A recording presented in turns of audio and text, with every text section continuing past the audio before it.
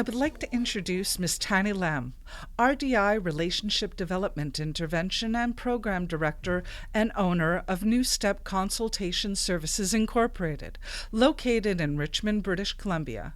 She has been working in the field since 2003 and has completed her graduate degree in Integrated Educational Studies at Athabasca University, Alberta. And in 2009, she completed her RDI program certificate in Texas with the guidance of Dr. Stephen Gustine, the founder of RDI. She is currently one of 7 RDI certified consultants in British Columbia and is the only one in British Columbia who is able to use English, Cantonese, and Mandarin for the program. She has also contributed to a couple of publications, including The Loneliest Person in Autism Island Will No Longer Be Lonely, CNO Times, Western Canada edition in April 2013, and Define and Defy, Unleashing Your Inner Potential, co-authors Sim San-Hu and Angie Chick, 2015. She is a member of the Richmond Autism Interagency Committee. We are so pleased to speak with her today. Welcome, Ms. Lam. Thank you. So, what is RDI, Relationship Development Intervention, and can you tell me a bit about its history? Relationship Development Intervention is a program designed to reteach parents how to relate to their child with autism. We want parents to successfully support their child in an interactive and functional way and achieve different goals that each child will truly live to their best ability. So I heard there's 6 objectives in RDI. Can you please explain to me what these are? Yep. What is emotional referencing? Emotional referencing is a tool a person uses by observing or learning from another person's subjective state in order to figure out any uncertainty. For example, if a child named Bobby fell off his bike and hurt his knee, and another child named Scotty uses this tool to figure out Bobby's emotional state. With that piece of information, Scotty may choose to go up to Bobby to show his empathy, and through this Bobby might change his emotion. The other one is, what is social coordination? So, social coordination is very similar to some types of ballroom dancing. In ballroom dancing, there are 2 dancers who use different movements to coordinate one another so that each person will be responsible for taking parts of performing a beautiful dance number. In a social situation, such as having a group conversation, each person takes part to interact with group by sharing their own ideas, but within the same topic of the group, and each person is responsible to regulate his or her own comments and questions. That's a really beautiful analogy. Another one I heard is declarative language. So what is declarative language? Declarative language can be a comment, an opinion, a prediction, or a shared experience without needing to have an answer.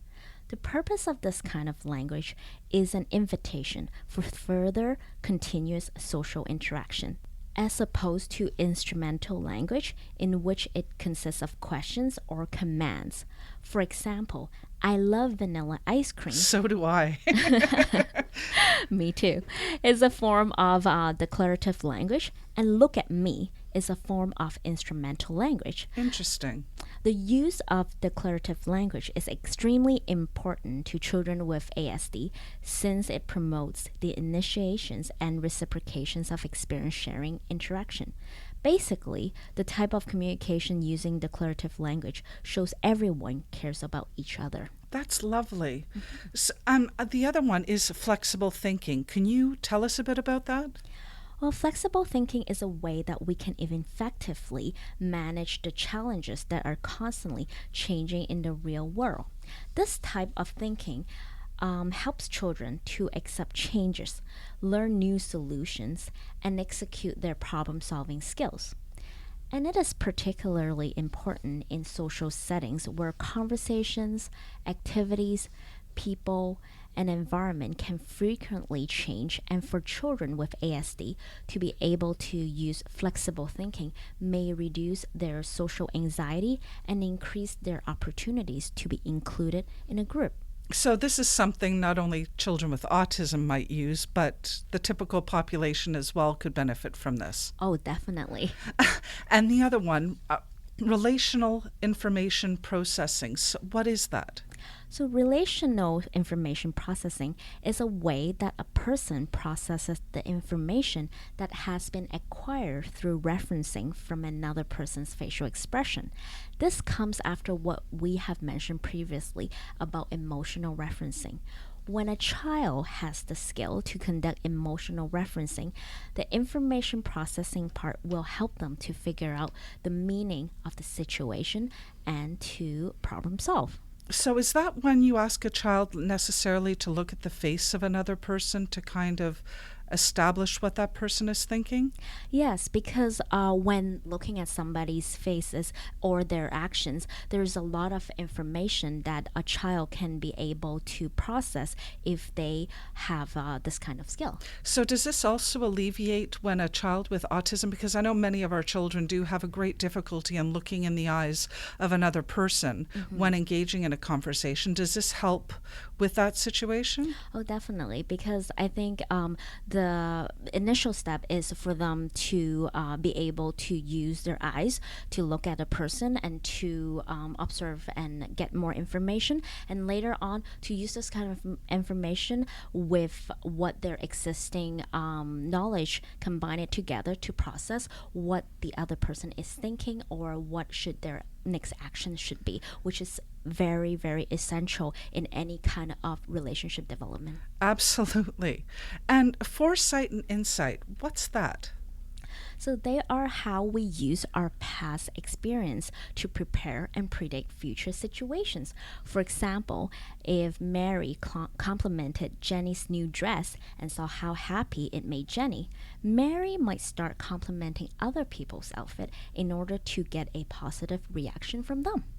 Interesting. So I know those are the 6 objectives in RDI, which all sound wonderful and really important for our children to tackle. What does the typical RDI therapy session actually look like? An RDI session usually consists 2 types of consultation. The first one is direct consultation time that includes setting goals, assignments, with home and school updates. The second is the hands-on training in which I will demonstrate the RDI activities, and parents will also have the option to show me their activities during the session for feedback. Since parents do not see me every day, we rely heavily on the RDI operating system in which many of the video assignments will be submitted through the system. What is the parent involvement in the therapy then? Well, since RDI is a parental-driven program, it is mostly based on parental involvement. As consultants, we understand that we're not there every day with the child. So it is very important to pass on the tools to parents so that they can be competent at helping their child continuously and for many years to come. In addition, through the use of this program, we find the parental involvement really changes the dynamics within the family unit and helps to build better connections between each family member, therefore, better relationship. Which is really valuable for everyone. And that means also that you must be really involved with the families themselves. Yes, I am pretty much always. They see me all the time. Which is really important. So, but what happens on the school front? If your child, or sorry, if your client attends school, do you involve the school faculty in the therapy? And really, how does that look? Yes, absolutely. I'm often involved with our school faculty as I believe having consistency in regards to how we teach a child will definitely benefit him or her. In addition, there are many great opportunities for a child to utilize the tools they have learned from the RDI program in the school setting. And as a teacher, I can say it's very valuable that all people involved with the children that you're dealing with, consistency is a real valuable tool for them. I agree. When a client decides to obtain services from you, what is the procedure? How do they go about doing that? Well, my assistant and myself will arrange a free consultation appointment with a potential client. I will also ask the parent to bring the child with ASD, their siblings, and any adults who will often be involved to be included in the initial meeting. So in the meeting, I will be presenting some specific information about the RDI program, recommending some additional resources such as videos and websites, and answering any questions that they may have.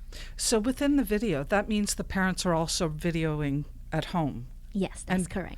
Which sounds great. What does the typical schedule for therapy actually look like then? Well, I will meet with the family once every 2 weeks, and each session is about 1.5 hours long. The session can be conducted at my Richmond office or at the family's home, depending on the locations. So what's the minimum and maximum age of the clients you work with? The minimum age is 2.5 years old, and the maximum age is 16 years old. And can you use your autism funding that's provided by the government for the therapy? Yes. Once the family have decided to use my service, my assistant will help the family to fill out all the necessary forms in order to apply for the funding. That sounds all great. Now here's a question. What made you choose to work in this field? Oh, it started a long time ago. I stumbled upon this field when my friend was offered a behavioral interventionist position and had to back out at the last minute. So she asked if I would be interested because the child was so cute, and he was. And the little boy has many aggressive behaviors and also has only very few words that he can use to communicate. I was often left with scratches, bite marks, and bruises on my body, but it was still tolerable. And then when he had to use a toilet training program at his house, and one time he used me as a human potty. Yes, that was some good memories that I have. I would say challenging but rewarding, I'm sure. So after 2 weeks of training and there was absolutely no success, I was about to quit when one day he said to me, "I want pee-pee." And he did it successfully. And tears just rolled down my face. I felt like I have just won $1 million. That must have been amazing. Absolutely. And that was the moment when I discovered my passion in life. I truly understand that feeling, because I know in a classroom there's nothing more rewarding than realizing that you've gotten through to a student, or in your case, a client. Yes. No, that's beautiful. Thank you. So on that note, then that's obviously a wonderful success story, but what are some of your others? Well, recently, not too long ago, maybe a couple years ago, I started working with a boy named TG. He's very bright and a sweet boy. However, the connections between him and his mom seem to be lost somewhere. His mom would often complain about his lack of focus and compliance problems. I can understand that. Many parents can. Mom would often use instrumental languages, like I said before, with TG instead of the declarative languages. On top of that, the father was not happy about mom's way of interacting with TG, and often they would have fights over parental strategies. It has been more than 2 years since I started working with this family. Through lots of RDI training and practices, this family has changed quite a lot. The connection between TG and his mom is back on track. Great. And mom and dad are fighting a lot less. Sometimes that can happen, and it's glad to know that it's reducing in that family. Yes. So this family has 2 children, and they said to me that they wanted a third one a couple years ago before knowing me. When they were having trouble with TG, they decided not to have a third child. Recently, the mom told me this: "Tahnee, because of your training, we're now so confident we can have a third child." Oh, God, that sounds great. It is. And do they have a third one? They are still thinking about it. Yeah. But it's a lot more positive. And if they do, it'll be because of you. Yes. That definitely is a success story. Do you have any others that you want to mention, or? I think there are just many of stories since I've worked with over 200 children in the last Wow. 12 years, yeah, of my career. I have there's a lot of successful toilet training story. There are a couple of children that are we start off are completely nonverbal, and then they are speaking to me in two different languages now. Great. Yes, and yeah, there's just I would have to say the stories of success. It comes every week. Every week is a new week for me, and success is always there. We just have to work really hard and wait for it to come, because every child has their potential, and we just have to be really patient with them, and they will blossom one day. Absolutely. And I understand why you would feel your job is rewarding.